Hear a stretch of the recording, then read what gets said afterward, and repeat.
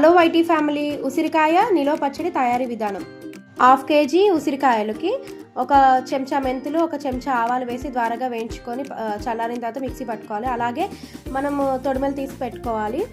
ఒక పెనం తీసుకొని 1/2 kgకి ఆయిల్ 250 grams పడుతుంది. నేను 250 grams ఆయిల్ పోసి బాగా ఒక 2-3 minutes బాగా ద్వారగా వేయించుకున్నాను. వేయించి చల్లారిన తర్వాత ముక్కలు చేసి పెట్టుకున్నాను.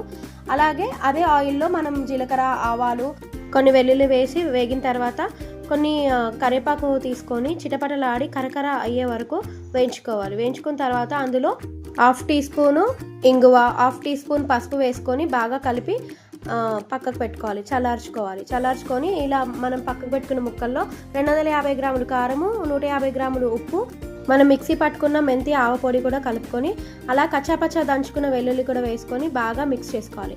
ముక్కలకి అన్నీ పట్టేలా బాగా మిక్స్ చేసుకొని మనం పోపెట్టుకున్న ఆయిల్ని వేసుకొని కలుపుకోవాలి. మూత పెట్టుకొని 3 days ఊరిన తర్వాత సర్వ్ చేసుకొని తినేయడమే.